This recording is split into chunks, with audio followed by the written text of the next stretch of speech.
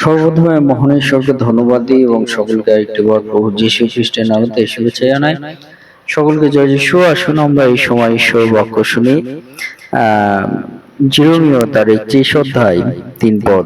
সদাপ্রভু দূর হইতে আমাকে দর্শন দিয়া বলিলেন, আমি তো চিরপ্রেমে তোমাকে প্রেম করিয়া আসিতেছি, এই জন্য আমি তোমার প্রতি চিরস্থায়ী দয়া করিলাম। ঈশ্বর তার বাক্যে আমাদের প্রত্যেককে আশীর্বাদ যুক্ত করুন, আমেন। হে আমাদের স্বর্গীয় পিতা, প্রেমময় ঈশ্বর, তোমার মহান ধন্যবাদ, প্রশংসা এবং গৌরব দিই। প্রভু, এই সময় তোমার যে বাক্য পাঠ করলাম, এই বাক্যের মধ্যে দিয়ে শ্রোতা বক্তা উভয়কে জীবনে তুমি কথা বলার সঙ্গে থাকো। এই প্রার্থনা একমাত্র প্রভু যীশু খ্রিস্ট নামে চাই, আমেন। জয় যীশু, জয় যীশু। আজকে দেখি আমাদের পিতা ঈশ্বর, তিনি আমাদেরকে বলছেন যে তিনি আমাদেরকে চিরপ্রেমে তিনি আমাদেরকে প্রেম করে এসেছেন। যে চিরপ্রেম পিতা ঈশ্বর তিনি আমাদের প্রেম করেছেন, সেই বিষয় নিয়ে আজকে আপনাদেরকে বলতে চাই। এই চিরকালীন প্রেম বলতে যে প্রেম কখনো শেষ হয় না, অর্থাৎ কখনো কমে না, কখনো শেষ হয় না, সেই প্রেম প্রভু তিনি আমাদেরকে করেছেন। এই বিষয়ে পিতা ঈশ্বর কিন্তু তিনি আমাদেরকে বলতে চান। পিতা ঈশ্বর এই বাক্যের মধ্য দিয়ে এই বিষয় কিন্তু আমাদের বলতে চান। যেমন আপনাদেরকে বলতে চাই, একটা বাচ্চা কাদা মেখে বাড়ি ফিরছে, আর মা রেগে না গিয়ে জড়িয়ে ধরছে, তাকে পরিষ্কার করছে, তাকে স্নান করিয়ে দিচ্ছে, তাকে আবার সুন্দর করে সাজাচ্ছে। সেঠিকভাবে যে একটা মায়ের তার বাচ্চার প্রতি ভালোবাসা কখনো শেষ হয় না, যেমন ভাবেই হোক। সেই বাচ্চাকে তার মা তার বাবা ভালোবাসে, সেঠিকভাবে পিতা ঈশ্বর তিনিও আমাদেরকে সেই চিরকালীন প্রেম তিনি করেন, যে প্রেম কখনো কমে না, কখনো শেষ হয় না। একটি ঘটনা আপনাদের বলতে চাই যে রাজু বলে একটি ছেলে, সে পরীক্ষায় ফেল করলো, বাবা রাগ করলো, বন্ধুরা হাসলো, কিন্তু রাতে মা এসে মাথায় হাত বুলিয়ে বলল, আমি তোকে এখনো ভালোবাসি। ঠিক তেমন ঈশ্বর, তুমি 100 বারও ভুল করলেও তার ভালোবাসা কখনো শেষ হয় না, ঈশ্বরের ভালোবাসা। তাই এই গল্প থেকে আমরা একটি ঘটনা আমরা বুঝতে পাই যে যে রাজু সে যাই করুক না কেন, কিন্তু তার মা তার বাবা কিন্তু শেষ পর্যন্ত তাদেরকে ভালোবাসে। ঠিক তেমনি ঈশ্বর তিনিও আমাদের বলছেন যে আমরা 100 বার ভুল করলেও ঈশ্বর তিনি আমাদেরকে ভালোবাসেন, তার ভালোবাসা শেষ হয় না। তাই পিতা ঈশ্বর আমাদের এই চিরকালীন প্রেম আমাদের করেছেন, যে প্রেম আমাদের কখনো শেষ হয় না। যারা আমরা পিতা ঈশ্বরের চরণ তলে এসেছি, আপনাদের প্রত্যেকেই পিতা ঈশ্বর বলেন যে তিনি আপনাকে চিরকালীন ভাবে প্রেম করেছেন, ভালোবেসেছেন। এবং পিতা ঈশ্বর 2 নম্বর বিষয় তিনি আমাদের বলতে চান যে ঈশ্বর কিন্তু প্রথমে আমাদেরকে ভালোবেসেছেন। আমরা যে ঈশ্বরকে প্রথমে ভালোবেসেছি তা নয়, কিন্তু পিতা ঈশ্বর তিনি বলছেন তিনি আমাদেরকে প্রথমে ভালোবেসেছেন। আমরা ভালো হলেই নয়, আমরা খারাপ থাকতেও তিনি আমাদেরকে ভালোবেসেছেন।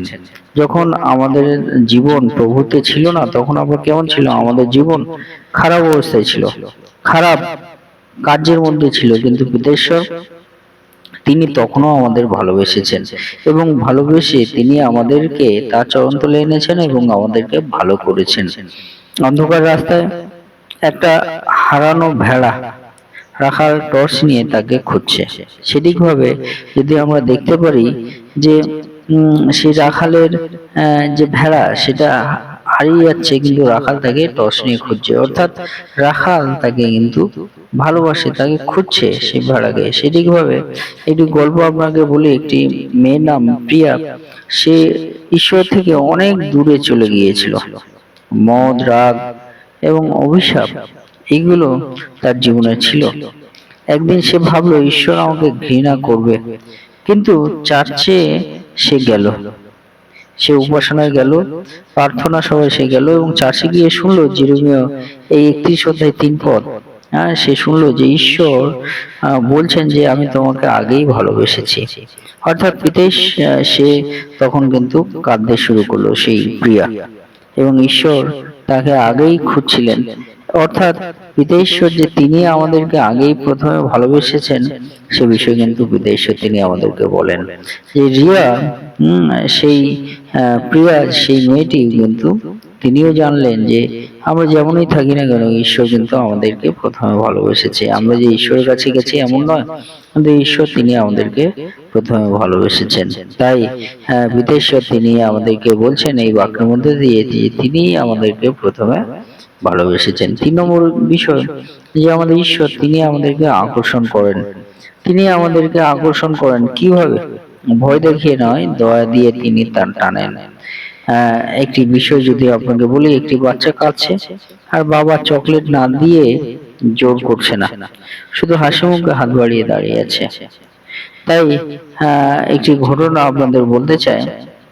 একটি ছেলে, সে তার নাম সুজন, সে অফিসে যখন যেত, তার যে হেড ছিল সে তাকে চিৎকার করে তাকে বকতো এবং সেই ছেলেটি সুজন সে কিন্তু ভয়ে কাজ করতো অফিসে। কিন্তু তার অফিসে যখন নতুন একজন হেড আসলো, সে কখনো রাগ করেনি সুজনের উপর, শুধু ভালো ব্যবহার করে গেছে। ধীরে ধীরে সুজন নিজে থেকেই বেশি পরিশ্রম করতে লাগলো। ঈশ্বরও তেমন, তিনি বজ্র দিয়ে নয় করুণা দিয়ে আমাদের টানেন। তিনি আমাদেরকে আমাদের উপর আঘাত দিয়ে নয়, কিন্তু আমাদেরকে দয়া এবং করুণা দিয়ে তার চরণতলে তিনি আমাদেরকে আকর্ষণ করেন। এই বিষয় বিদেশ্বর তিনি আমাদের বাক্যের মধ্যে বলেন। এবং 4 নম্বর বিষয় যে ঈশ্বর তিনি আমাদের সঙ্গে একটা ভালোবাসার চুক্তি তিনি করেছেন। সেই ভালোবাসার চুক্তিটা আবেগ দিয়ে নয়, এটা একটা প্রতিজ্ঞা পিতা ঈশ্বর তিনি করেছেন। আমরা যদি দেখি বিয়েতে আংটি বদল হয় এবং স্বামী স্ত্রী ঝগড়া করেও ওই আংটি খোলে না কেন? কারণ সেই আংটিটা একটা প্রতিজ্ঞার চিহ্ন। সেই কারণে সেই স্বামী স্ত্রী তারা ঝগড়া করলেও সেই আংটিটা খোলে না, কারণ তাদের সেটা বিয়ের আংটি এবং সেটা বিয়ের একটা প্রতিজ্ঞাবদ্ধ আংটি। তাই একটি ঘটনা যদি বলি, রাহুল বলে একজন এবং সীমা বলে একজন, সে 10 বছরের তাদের বিয়ে হয়েছে এবং অনেক ঝগড়া তাদের জীবনে হয়েছে। অনেক সময় তাদের জীবনে টাকা কম নেই, অসুখও হয়েছে। একদিন সীমা বলল চলো আমরা ছেড়ে দিই, কিন্তু রাহুল আংটি দেখিয়ে বলল আমি প্রতিজ্ঞা করেছিলাম, ভালোবাসা ফুরিয়ে গেলেও প্রতিজ্ঞা থাকে। সেদিকভাবে সেই রাহুল সেই বিবাহ থেকে সে বিচ্ছিন্ন হতে চায় না। সেদিকভাবে ঈশ্বরও তিনি আমাদেরকে এই বিষয় বলেন যে আমি এক নতুন নিয়ম করলাম, তার ভালোবাসা প্রতিজ্ঞার ভালোবাসা। সেই ভালোবাসা কখনো নষ্ট হয় না, পিতা ঈশ্বর তিনি আমাদের বলতে চান। 5ম যে বিষয় যে এই ভালোবাসা আমাদের বদলায়। এই পিতা ঈশ্বর তিনি আমাদের ভালোবেসেছেন, সেই ভালোবাসা আমাদেরকে পরিবর্তন করে। যখন বুঝি ঈশ্বর আমাকে ভালোবাসেন, তখন আমিও বদলে যাই। যেমন শুকনো গাছে জল পড়ছে আর ধীরে ধীরে নতুন পাতা গজাচ্ছে, সেদিকভাবে ভালোবাসায় আমাদের জীবনে পরিবর্তন আনে।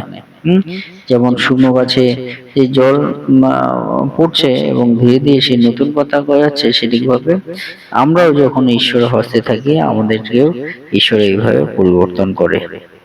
অনেক বলে একজন ছেলে, সে খুব রাগী, সবাইকে গালাগালি দিত। একদিন সে আত্মহত্যা করতে যাচ্ছিল, রাস্তায় একটা পোস্টারে দেখলো যে সেই পিতা ঈশ্বরের বাণী যে আমি তোমাকে চিরকালীন প্রেমে আমি ভালোবেসেছি। সে থেমে গেল এবং ভাবলো কে আমাকে এইভাবে ভালোবাসে। সেদিন থেকে সে বদলে গেল এবং এখন সে অনাথ বাচ্চাদের সাহায্য করে।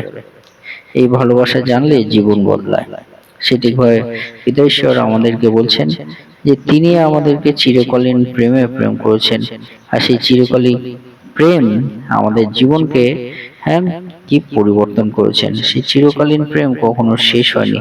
সেই চিরকালীন প্রেম আমরা দেখেছি সেটা ঈশ্বর হইতে প্রথম ভালোবাসা। সেই চিরকালীন প্রেম আমাদেরকে আকর্ষণ করে এবং সেই চিরকালীন প্রেম আমাদের চুক্তির ভালোবাসা। এটা কোনো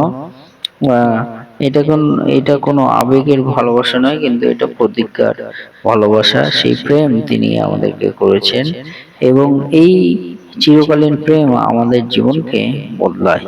এই বিষয়ে পিতা ঈশ্বর তিনি বাক্যের মধ্যে দিয়ে বলেন। তাই আসুন আমরা সেই পিতা ঈশ্বরকে আমরা বিশ্বাস করি, তার চরণ তলে আমাদের জীবনকে রাখি। তিনি আমাদের দয়া করবেন, করুণা করবেন। প্রার্থনা প্রভু এই বাক্য, ঈশ্বর তার বাক্য আমাদের প্রত্যেককে আশীর্বাদ যুক্ত করুন। আমেন। জয় যিশু।